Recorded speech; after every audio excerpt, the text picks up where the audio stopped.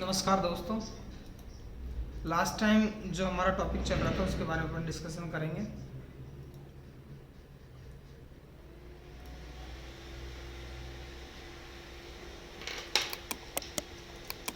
Last time हम क्या पढ़ रहे थे?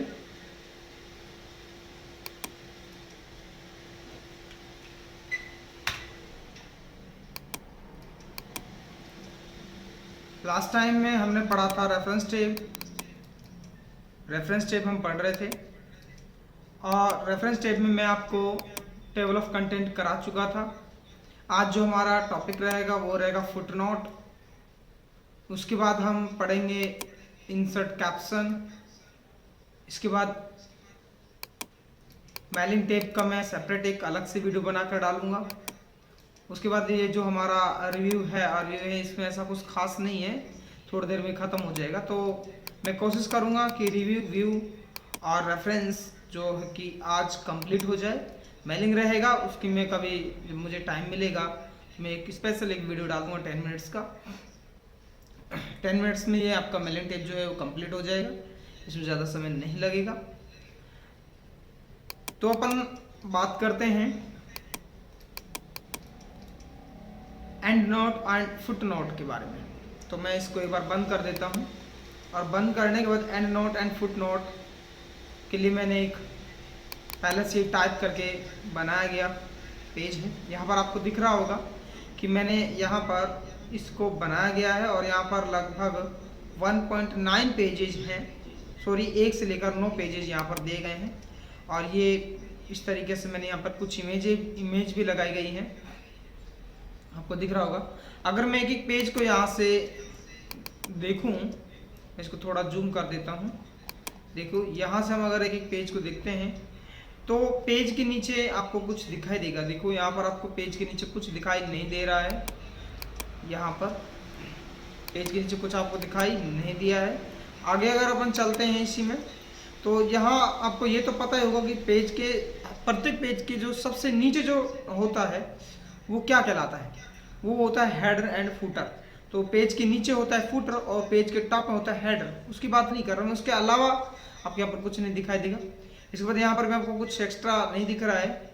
यहाँ पर अगर अपन देखें तो यहाँ पर आपको नहीं दिखा होगा। यहाँ पर देखें तो कुछ एक्स्ट्रा हमको कुछ अजीब सा लगा।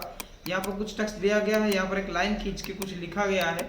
ये वाला सेक्शन, ये वाला जो सेक्शन है इस पेज के नीचे 4th पेज के नीचे है ना। ये चाहे तो हम प्रत्येक पेज के नीचे भी ला सकते हैं, लेकिन ये 4th पेज के नीचे है, यानी कि 3rd और 2 और 1 के नीचे ये नहीं था, लेकिन 4th पेज के नीचे डाला गया है।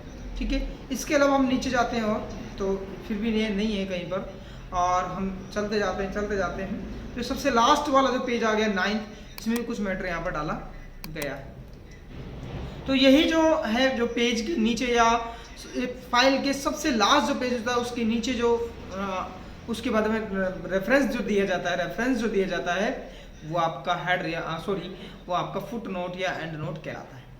जैसे मान लीजिए मैं फर्स्ट पेज पर आ जाता हूँ और फर्स्ट पेज में मैंने कोई चीज़ यहाँ पर दिया। मैंने मान लीजिए फर्स्ट पेज में मैंने यहाँ पर हेडिंग डाला फर्स्ट पेज का और मैंने लिखा यहाँ पर माइक्रोसॉफ्ट वर्ड। तो यहाँ पर मैंने इसको मान लीजिए कर दिया Ctrl+E और यहाँ पर मैंने डाल 2010 माइक्रोसॉफ्ट वर्ड 2010 मैंने यहाँ पर लिख दिया। मैंने इसको किया बोल्ड, इसको थोड़ा मैंने कर लिया बड़ा। अब यहाँ पर ये जो लिखा हुआ है ये माइक्रोसॉफ्ट वर्ड के बारे में कुछ यहाँ पर कंटेंट दिया गया है, लिखा हुआ है। उसके बाद मैं यहाँ पर आ जाता हूँ यहाँ और यहाँ पर लिखता हूँ माइक्रोसॉफ्ट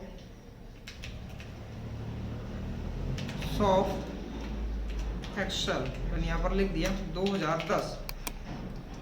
इसको मैंने ले लिया ऐसे ही Ctrl+E सेंटर में, Ctrl+E के माध्यम से मैंने यहाँ पर लिख दिया। इसके बाद यहाँ से आगे जो टॉपिक होगा वो आपका माइक्रोसॉफ्ट एक्सेल 2010 से संबंधित होगा और ये ऊपर वाला जो टॉपिक है आपका ये माइक्रोसॉफ्ट वर्ड 2010 से संबंधित होगा। अब मान लीजिए इसमें माइक्रोसॉफ्ट वर्ड जो है एक प्रोग्राम है जो वर्ड प्रोसेसिंग प्रोग्राम है जिसमें वर्ड को प्रोसेस किया जाता है। इसके बाद मान लीजिए ये जो माइक्रोसॉफ्ट वर्ड है जो किसने बनाया है, तो एक कंपनी है जिसका नाम है माइक्रोसॉफ्ट। कंपनी, उसने ये Microsoft word processing program software बनाया है। मान लीजिए इसमें कहीं पर, जैसे कि मैं सपोज करता हूँ इस लाइन में कहीं पर बीच में लिखा हुआ है माइक्रोसॉफ्ट कंपनी, मैंने यहाँ पर लिख दिया माइक्रोसॉफ्ट कंपनी, ठीक है। इसको मैंने कर दिया बोल्ड, ये कुछ हाईलाइट सब था माइक्रोसॉफ्ट कंपनी। तो अब मुझे माइक्रोसॉफ्ट कंपनी के बारे में कुछ रेफरेंस देना है, यानी कुछ बताना है। तो ऐसी सिचुएशन में हम इसी पेज के नीचे उसके बारे में लिखेंगे, यानी कि ये पेज जो है सेकंड पेज है, और सेकंड पेज के नीचे यहाँ पर हम माइक्रोसॉफ्ट के बारे में कुछ रेफरेंस देंगे, यानी कुछ लिखेंगे, है ना। वो कहलाता है आपका फुट नोट, यानी कि उसी जहाँ पर वो माइक्रोसॉफ्ट वर्ड लिखा गया है या जिस शब्द के बारे में अपन रेफरेंस देना चाहते हैं, उसी शब्द को उसी पेज के नीचे, उसी शब्द के बारे में लिखना, उसी पेज के नीचे लिखना हमारा रेफरेंस होता है, और उसे बोलते हैं हम फुट नोट। हम रेफरेंस में जाएंगे, यहाँ पर एंड फुट नोट दिया गया, इंसर्ट एंड फुट नोट, हम अभी जो है वो है सेकंड पेज पर, तो हम फुट नोट पर क्लिक करेंगे। जैसे फुट नोट पर क्लिक करेंगे, यहाँ पर आपका फुट नोट हो जाएगा। यहाँ पर आप लिख दीजिएगा आप माइक्रोसॉफ्ट के बारे में बताना चाहते हैं, माइक्रोसॉफ्ट, और माइक्रोसॉफ्ट कंपनी जो है उसके बारे में आप जो भी यहाँ पर लिखना चाहो तो यहाँ पर आप लिख सकते हैं। मैं यहाँ पर कुछ डेटा वैसे ही कॉपी करके यहाँ पर लिख दे रहा हूँ, जिसमें मैंने यहाँ पर माइक्रोसॉफ्ट के बारे में लिख दिया है, ठीक है ना, माइक्रोसॉफ्ट। इस तरीके से आप भी यहाँ पर लिख सकते हैं, ठीक है। मैं क्या करता हूँ,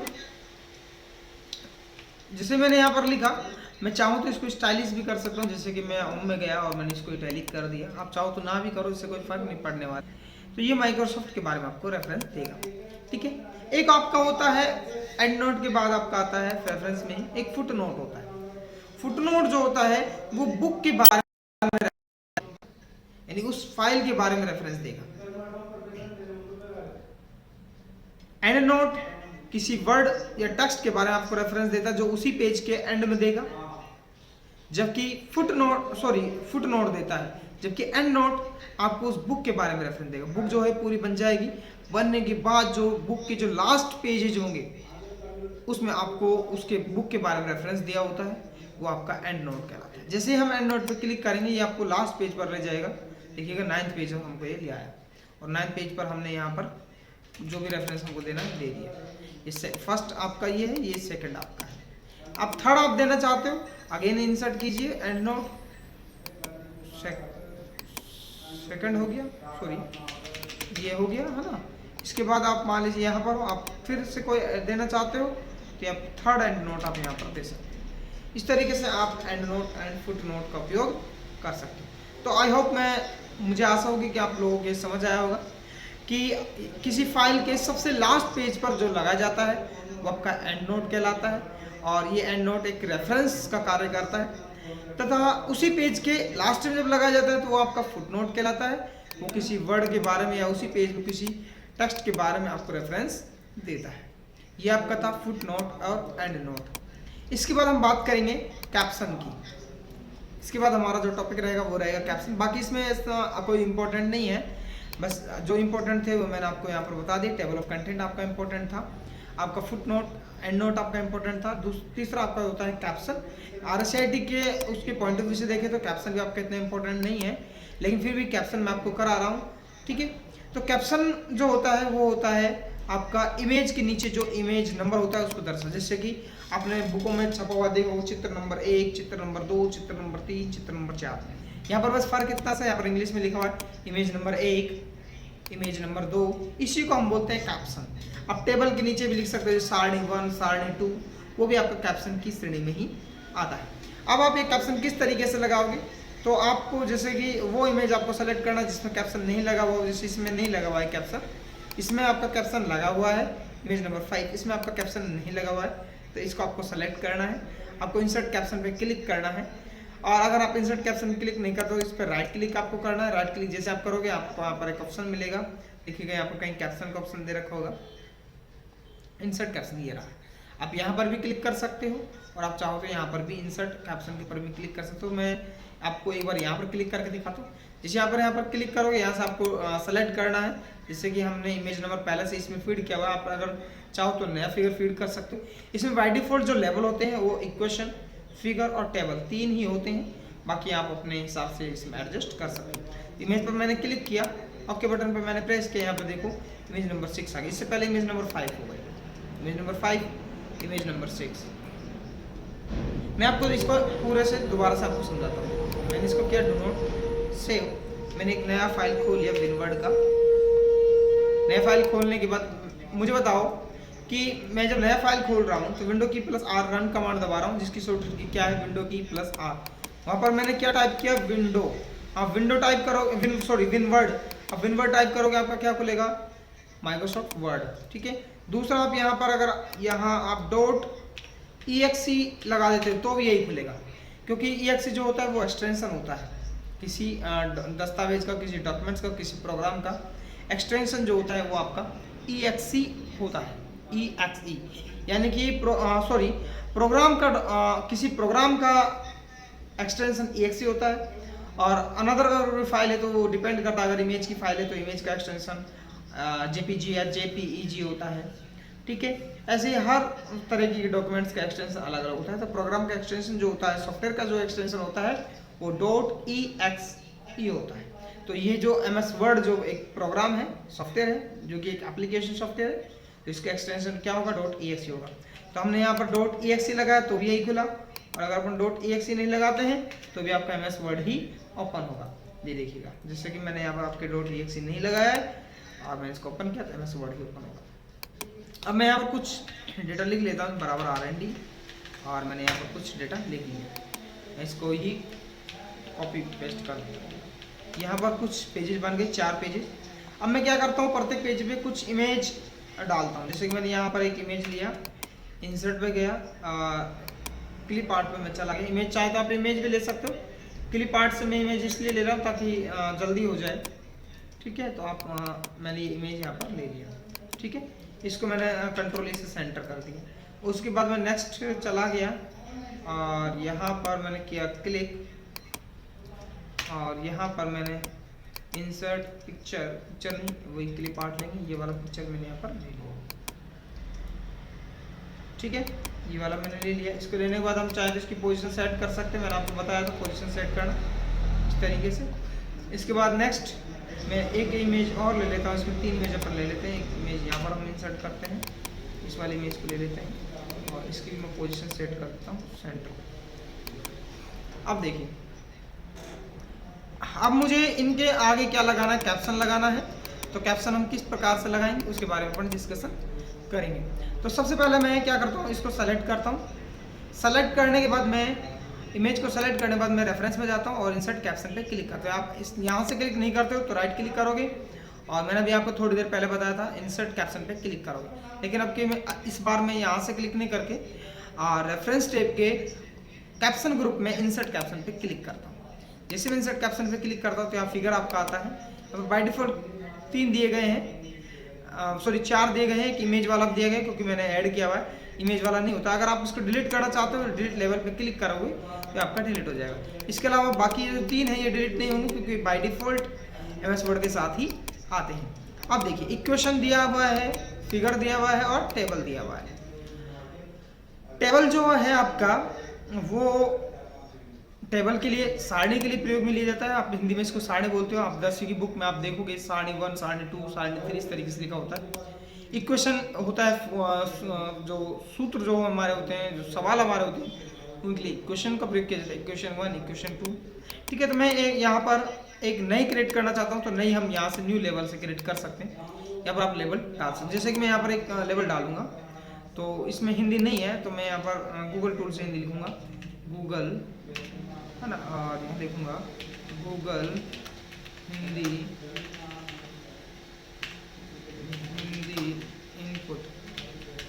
आप चाहे तो इंग्लिश में भी लिख सकते हो, टूल्स ऑनलाइन। ठीक है। मैं हिंदी का प्रयोग करूंगा यहाँ पर, आप इंग्लिश में लिख सकते हो, कोई ऐसा कुछ इश्यू नहीं है। जैसे कि मैंने यहाँ लिया हिंदी, मैं यहाँ लिखूंगा चित्र संख्या ठीक है। और यहाँ पर मैं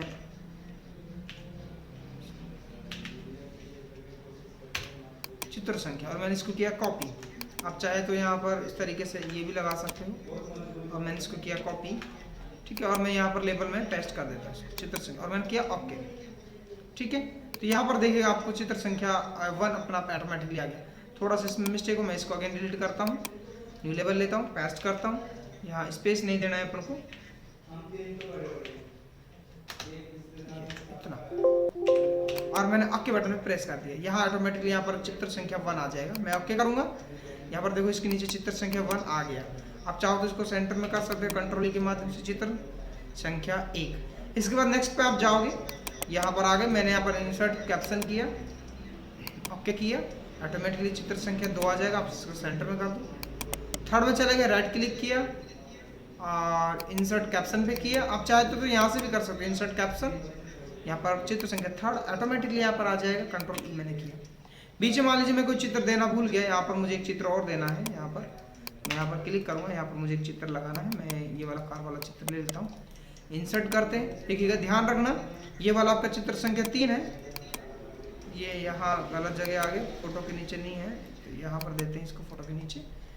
और ये वाला आपका चित्र संख्या 2 है, तो मुझे इसके नीचे और लेना है 2, ये वाला था और ये वाला आपका 3 था। तो ध्यान दीजिएगा, जैसे मैं इसमें लगाऊंगा तो ये आपका 3 बनेगा और ये आपका ऑटोमेटिकली 4 हो जाएगा। ये फायदा होता है इस चीज़ का। अगर हम मैनुअली लिखेंगे तो हमें फिर बार बार चेंज करना पड़ेगा, सारा चेंज करना पड़ सकता है। इंसर्ट कैप्शन पे क्लिक किया, ऑटोमेटिकली देखो 3 आ गया, मैंने ओके किया, ये 3 चित्र बन गया, कंट्रोल कर लो, सेंटर हो जाएगा। मैं इसको सेंटर कर देता हूँ, देखो ये हमारा 3 नंबर हो गया, ये ऑटोमेटिकली देखो क्या हो गया, 4 हो गया। ये यहाँ पर आ गया, इसको यहाँ होना चाहिए था, इसको यहीं सेट कर, चित्र संख्या 4। तो इस तरीके से हम कैप्शन लगा सकते हैं। अगर आप कैप्शन का फॉर्मेट करना चाहो तो आप फॉर्मेट मतलब कैप्शन को सेलेक्ट कर लो, यहाँ पर आपको फॉर्मेट का ऑप्शन मिलेगा। आप जैसे इसका फॉर्मेट देना चाहो उस तरीके का आप इसका फॉर्मेट भी दे सकते हो,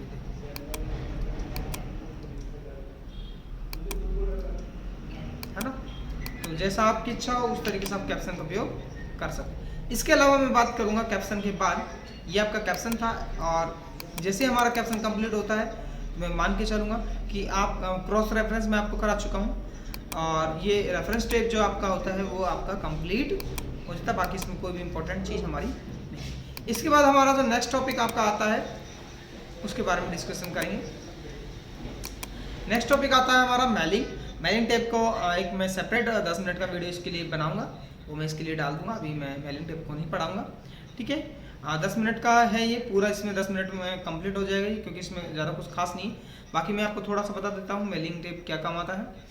तो मेलिंग टेप होता है किसी को जब मेल भेजा जाता है तो, या लेटर जब तैयार किया जाता है तो अलग अलग व्यक्तियों को, जब बहुत सारे लोगों के लिए लेटर बनाया जाता है तो वो मेलिंग टेप का प्रयोग करके step by start mail merge का प्रयोग करके लेटर तैयार किया जाता है। इसमें क्या होता है, जैसे हमने मान लीजिए 100 व्यक्तियों को लेटर भेजना है, तो हर व्यक्ति को जब लेटर भेजेंगे तो उनके लिए इनवेलप अलग अलग होगा, इनवेलप मतलब लिफाफा अलग अलग होगा। उस लिफाफे हम क्या लिखेंगे, प्रत्येक का एड्रेस लिखते हैं, ठीक है। तो इसलिए हम, और एक ही एप्लीकेशन को भेजना है तो हम क्या करते हैं, मैटर तैयार करते हैं एक एप्लीकेशन का, उसे हम टाइप कर लेते हैं एक बार ही बस। उसके बाद एक्सेल में उनका डेटा फीड कर लेते हैं और वहाँ से डेटा उठाकर एक बार में ही हम प्रत्येक का लेटर बना लेते हैं। एक साथ हजारों लेटर हम इससे बना सकते हैं स्टार्ट मेल मर्ज से। तो इसके बारे में एक सेपरेट आपका वीडियो डाल दूँगा, आप वहाँ से देख लीजिएगा। कहने का मतलब ये हुआ कि जब हमको लोगों की संख्या ज़्यादा हो, उनको लेटर जब भेजना हो तो ऐसी सिचुएशन में हम स्टार्ट मेल मर्ज का प्रयोग करते हैं, ठीक है। इसके बाद आपका आता है रिव्यू टेब। रिव्यू टेब में बात करें तो यहाँ पर आपको स्पेलिंग एंड ग्रामर दिया गया है, ये इसकी जिसकी शॉर्टकट की F7 होती है। एक आपका होता है थीरेसिस जो कि एंटोनिम्स सिनोनिम्स को निकाल कर लाता है आपके, ठीक है। जैसे कि मान लीजिए यहाँ पर रिस्टोर लिखा हुआ है, मैंने यहाँ पर RA लगा दिया या तो रीस्टार बन गया, ये रास्टार। तो यहाँ पर देखो एक रेड वेव आ रहा है, रेड कलर की इसके ऊपर लाइन आ रही है, अगर आप यहाँ गौर से देखो इसका मतलब यहाँ पर स्पेलिंग मिस्टेक है। क्या है, स्पेलिंग मिस्टेक है। और स्पेलिंग मिस्टेक को सही करने के लिए स्पेलिंग ग्रामर का यानी कि स्पेलिंग चेक का प्रयोग किया जाता है, जिसकी शॉर्टकट की F7 होती है। ये एग्जामिनेशन में पूछ लिया जाता है। जैसे हम इस पर क्लिक करेंगे इसकी करेक्ट मतलब वो बता देगा। यहाँ पर ये रिस्टार्ट दिया गया, ये गलत है। इसका सजेशन जो दिया गया वो दिया गया ये वाला, रिस्टोर। आप इस पर क्लिक कीजिएगा और यहाँ पर आप चेंज पे क्लिक कर दीजिएगा, यस कर दीजिएगा, ओके कर दीजिएगा, ओके कर दीजिएगा, तो ये ऑटोमेटिकली आपके यहाँ पर देखो सही हो जाएगा। आप चाहते तो इसको शॉर्टकट की F7 के माध्यम से भी सही कर सकते। जैसे आप इसको सेलेक्ट करोगे, F7 कीबोर्ड की की में प्रेस करोगे और ये ऑटोमेटिकली यहाँ पर आ जाएगा और आप इसे चेंज कर दोगे और ये ठीक हो जाएगा। ये मैंने इसको कर दिया, यानी कि स्पेलिंग चेक, ग्रामर ने स्पेलिंग चेक करके इसको सही कर दिया। अगर आपको इसको तीसरे तरीके से सही करना है तो आपको इस पर राइट क्लिक करना है। यहाँ पर इसके 3 सजेशन आपको मिलेंगे, रिस्टोर, रिस्टोर्ड, रिस्टोर्स और रिस्टार। तो रिस्टोर ये है इसलिए हम इसको रिस्टोर कर देंगे, तो ये इसका सजेशन है और ये ठीक हो जाएगा। इसकी जो शॉर्टकट की है वो क्या है, F7। इसके बाद आता है रिसर्च। अगर आपको इसी के बारे में रिसर्च करना है, इस वर्ड के बारे में, तो आपको यहाँ पर लिखना है इस टेक्स्ट को। जैसे मैंने इसको कॉपी किया, रिसर्च पे क्लिक किया, रिस्टोर रिसर्च पे यहाँ पर सर्च पर दबाया, यहाँ पर रिसर्च से रिलेटेड बहुत सारे यहाँ पर टेक्स्ट आपके आ गए होंगे। देखो यहाँ पर बहुत सारे रिसर्च से संबंधित आपको टेस्ट यहाँ पर दिखाई देंगे। आप प्रत्येक टेस्ट मतलब ये रिसर्च होती है कि रिस्टोर जो है वो किस प्रकार का लेटर है और किस संबंधित है। यहाँ पर बहुत सारे इसके वो दिए गए हैं, ठीक है, तो वो रिसर्च के लिए होता है। जिसकी शॉर्टकट की जो है रिसर्च की वो होती है अल्ट प्लस क्लिक। जैसे आप अल्ट के साथ क्लिक दबाओगे तो इसकी रिसर्च आपका आ जाएगा। जैसे मैं अल्ट दबा रहा हूँ और ऑलवेज मैंने क्लिक किया, यहाँ पर रिसर्च आ जाएगा, ऑफ का रिसर्च आया है, ठीक है ना। रिस्टोर यहाँ से गायब हो गया, कुछ ना कुछ वो हुआ, तो ये है रिस्टोर, ठीक है। कहने के बाद आपको इस पर क्लिक करना है अल्ट के साथ। तो जैसे आप अल्ट के साथ क्लिक करोगे यहाँ पर इसका रिसर्च आपका खुल जाएगा। तो अल्ट के साथ क्लिक करोगे तो रिसर्च, F7 दबाओगे स्पेलिंग चेक। और मान लीजिए अगर आपको थीरिसस देखना है जिसकी शॉर्टकट की control plus shift plus F7 होती है, ये थीरिसस जैसे मान रिस्टोर के थीरिसस आपको निकालना है, एंटोनिम्स सिनोनिम्स आपको निकालना है, तो आपको थीरिसस पे क्लिक करना है। वही का वही ये आपका रिसर्च की तरह होता है। यहाँ पर एंटोनिम्स और सिनोनिम्स आपको यहाँ पर दिखाई देंगे, इससे समझ थीरिसस है ये थीरिसस, ठीक है ना। और जिसकी शॉर्टकट की क्या होती है, आप शिफ्ट प्लस F7 होती है। इसके अलावा मैं बात करूं यहाँ पर ये आपका कंप्लीट होता है। इसके अलावा अपन बात करें कमेंट की, जैसे आपको किसी पर कमेंट देना है, रिस्टोर पर आपको कमेंट देना है तो आपको कमेंट पे क्लिक करना है। जैसे आप कमेंट पे क्लिक करोगे यहाँ पर आपको जो भी इस पर कमेंट देना है वो कमेंट आप यहाँ पर दे सकते हो। ये जो है आपका कमेंट के लिए प्रयोग में लिया जाता है। अगर आपको कमेंट डिलीट करना है, आपको डिलीट बटन प्रेस करना है, कमेंट आप डिलीट कर दोगे, ये आपका कमेंट के लिए होता है। इसके अलावा आपका आता है अगर रेड कलर का वेव आ रहा है जैसे कि अभी मैंने किया, तो ये स्पेलिंग मिस्टेक है, ठीक है। अगर मान लीजिए यही आपका ग्रीन कलर का वेव आ रहा है तो ये ग्रामेटिकल स्पेस मिस्टेक है। कैसे मिस्टेक है, ग्रामेटिकल। जैसे कि देखिएगा मैं यहाँ पर आपको ग्रामेटिकल वो दिखाता हूँ। जैसे मैंने यहाँ पर सर्च किया इज, ठीक है, मैं इसको एडवांस करता हूँ थोड़ा सा, एडवांस फाइंड, ओके, और मोर में जाता हूँ और मैच केस पे क्लिक करता हूँ, फिक्स करता हूँ और रन करता हूँ। लिस्ट इज नहीं आ रहा है इसमें, कंट्रोल F वहाँ सर्च करते हैं, नहीं आ रहा है। चलो मैनुअली लिखते हैं इसमें, तो मैं यहाँ पर मैनुअली लिख रहा हूँ। यहाँ पर आई एम राकेश, मैंने यहाँ पर लिखा आई एम राकेश और मैं यहाँ पर डॉट लगा। नाम, इस नाम में यहाँ पर रेड आ रहा है, इसको स्पेलिंग मिस्टेक नहीं है क्योंकि नाम एक इंग्लिश का वर्ड नहीं होता, इसलिए मैं इसको इग्नोर कर देता हूँ, ठीक है। यहाँ पर मैंने इसको कर दिया इग्नोर। यहाँ पर मैंने लिखा my name is I am Rakesh, ये मैं लिख सकता हूँ माई नेम इज राकेश, ठीक है। तो यहाँ पर आपने देखा मैंने यहाँ पर लिखा माई नेम इज राकेश, यहाँ इज की जगह मैं लिख देता हूँ वाज, माई वाज राकेश, और मैंने यहाँ पर देखा तो यहाँ पर कुछ फ़र्क नहीं पड़ा। अगर मैं यहाँ पर लिखता हूँ माई आर राकेश और यहाँ पर देखें तो कुछ फ़र्क नहीं पड़ता, माई नेम, हाँ देखो यहाँ पर जैसे मैंने आर लिखा यहाँ पर ग्रीन कलर का वेव आया। इसका मतलब ये कह रहा है इसमें ग्रामेटिकल मिस्टेक है। कैसी मिस्टेक है, ग्रामेटिकल, यानी कहीं ना कहीं इसमें ग्रामेटिकल मिस्टेक है, यानी कि आपने कुछ यहाँ पर कुछ और आना चाहिए था और आपने आर लगाया, आर नहीं आएगा। तो हम यहाँ पर क्लिक करेंगे, यहाँ पर क्या जैसे इज लगाएंगे करेक्ट हो जाएगा। इस तरीके से होता है। तो ध्यान रखिएगा अगर ग्रामेटिकल स्पेस है तो वहाँ पर ग्रीन कलर का वेव आपका आता है, ठीक है, इस तरीके से जैसे कि यहाँ पर ग्रीन कलर का वेव आ रहा है। और अगर आपकी स्पेलिंग मिस्टेक आप लगाते हो तो आपका रेड कलर का वेव, जैसे कि अभी यहाँ पर रेड कलर का वेव है और ये पूरा ग्रीन कलर का है, क्योंकि पूरे में ग्रामेटिकल मिस्टेक भी है और स्पेलिंग मिस्टेक भी है, ठीक है। तो ये आपको ध्यान रखना है। तो आपका मैं मान के चलता हूँ कि यहाँ पर ऐसा कुछ खास नहीं था। जो भी यहाँ पर मैंने आपको कराया इसमें सिर्फ आपका प्रूफिंग जो है, प्रूफिंग ग्रुप आपका इंपॉर्टेंट था, दूसरा आपका कमेंट इंपॉर्टेंट था, जो मैं आपको दोनों बता चुका। उसके बाद आपका जो नेक्स्ट टॉपिक आता है वो आता है व्यू टैब। व्यू टैब में जो बाय डिफॉल्ट आपका सेलेक्टेड हुआ पड़ा है, आप ये देख सकते हो यहाँ से।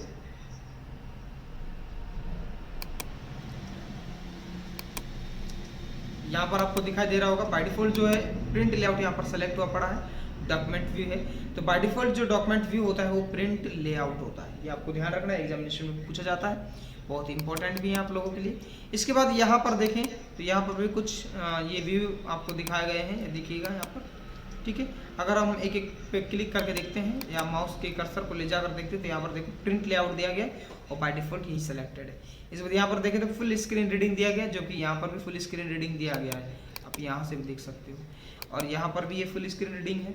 इसके बाद अगर हम बात करते हैं इसकी, तो यहाँ पर देखो वेब पेज व्यू दिया गया है, वेब लेआउट में मतलब एक ही पेज होता है, अलग अलग पेजेस नहीं होते, तो ये आपका लेआउट पेज दिया गया है। इसके बाद यहाँ पर देखिए ये वाला ये आपका आउटलाइन दिया गया और ये वाला ड्राफ्ट दिया गया, ये आपका आउटलाइन दिया हुआ, ये वाला आपका ड्राफ्ट दिया गया है। तो ये सिर्फ व्यू करने का एक तरीका है, बाकी इसमें ऐसा कुछ खास नहीं है। जैसे प्रिंट लेआउट में प्रिंट जिस प्रकार से निकलेगा उस प्रकार से आपको स्क्रीन में दिखाया गया है। फुल रीडिंग व्यू में देखेंगे तो आपको पूरा रीडिंग व्यू में दिखाई देगा।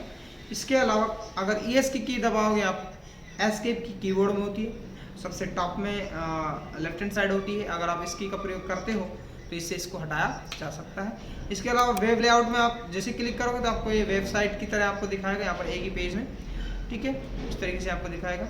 इसके अलावा आउटलाइन की बात करें तो आउटलाइन में सिर्फ आपको आउटलाइन दिखाई देगा इस तरीके से, बाकी चित्र वगैरह कुछ भी दिखाई नहीं देगा, और आपको ये सब में ये बुलेट आपको दिखाई देंगे, बुलेट और टेक्स्ट आपको दिखाई देगा, इसके अलावा कुछ दिखाई। क्लोज आउटलाइन करें तो इसके बाद यहाँ पर रिव्यू में जाते हैं तो यहाँ पर व्यू में जाते हैं तो यहाँ पर आपको ड्राफ्ट दिया गया, ड्राफ्ट आपको कुछ इस तरीके से दिखाई देता है, ठीक है। तो इस तरीके से ये बाय डिफॉल्ट जो स्लाइड रहता है वो आपका प्रिंट लेआउट रहता है, ये एग्जामिनेशन पूछ जाता है, ये आपके लिए इंपॉर्टेंट भी है। बुलेट का भी आपको याद रखना है, यानी कि आउटलाइन में सिर्फ आपको बुलेट एंड टेक्स्ट दिखाई देते हैं। इसके अलावा रूलर की बात करें स्केल, तो ये आपको स्केल दिखाई देगा, यहाँ पर दिख रहा होगा, इसको हटा देंगे तो स्केल आपका बंद हो जाएगा।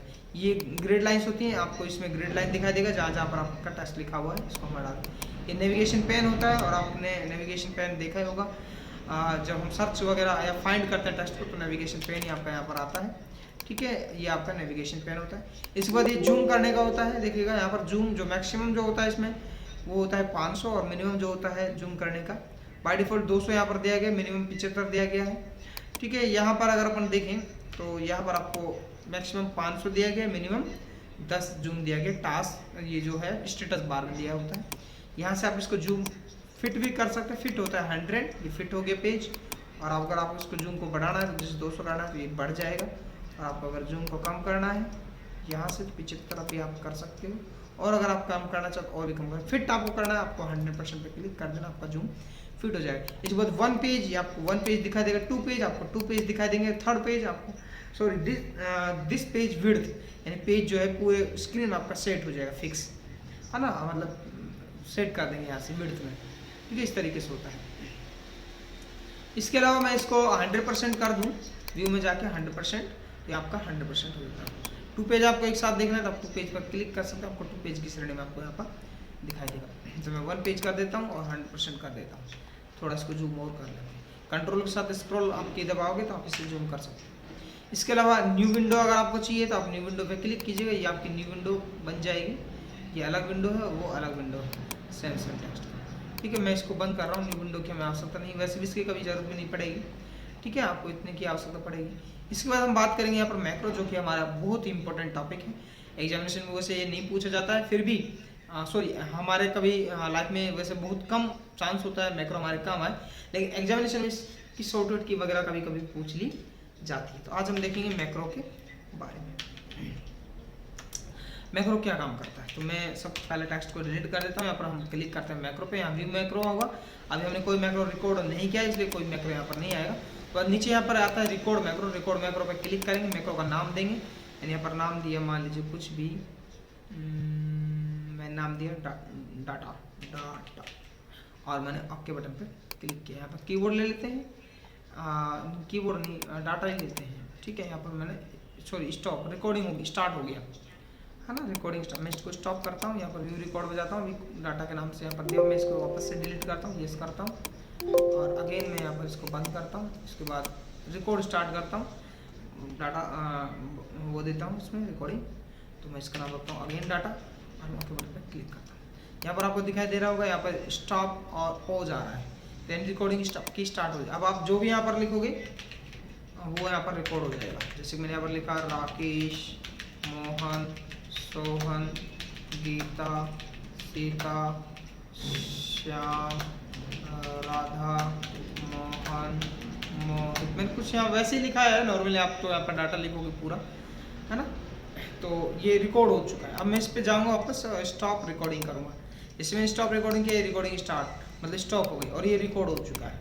अब मैं इसको हटा देता हूँ। देखिए अब मैं यहाँ पर जाऊँ व्यू रिकॉर्ड में, तो आपको यहाँ पर एक डाटा ऑप्शन लिखेगा, यहाँ पर आपको रन कमांड पर क्लिक करना है, ऑटोमेटिकली ये लिख जाएगा। इस तरीके से हम मैक्रो का उपयोग करते हैं। इसी के साथ आपकी जो क्लास होती है यहाँ पर समाप्त हो जाती है और जो आपका MS वर्ड है वो आपका कंप्लीट होता है, जिसमें से सिर्फ मेलिंग टैब को छोड़ दें। इसके बारे में मैंने आपको एक चीज़ और नहीं बताया, यहाँ पर ऑप्शन जो दिए गए हैं, यहाँ पर ऑप्शन का प्रयोग जो है वो इसकी सेटिंग के लिए होता है, ठीक है।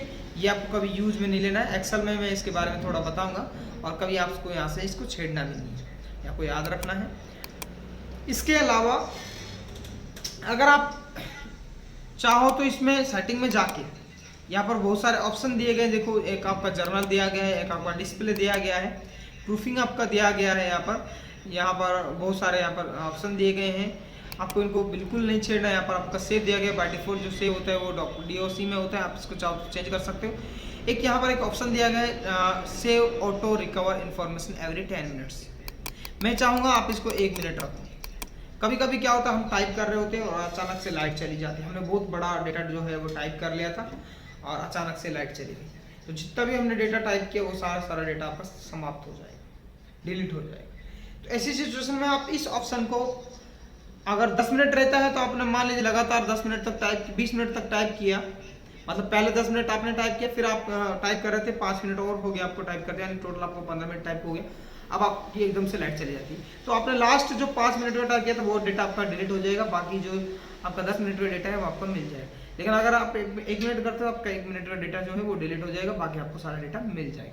जैसे सपोज कीजिए एकदम से आपकी लाइट चली जाती है कंप्यूटर की, तो आपका डेटा सारा डिलीट हो जाता है, खत्म हो जाता है। तो ऐसी सिचुएशन में आप उस डेटा को यहाँ से रिकवर कर सकते हो, ठीक है। तो ये आपका था।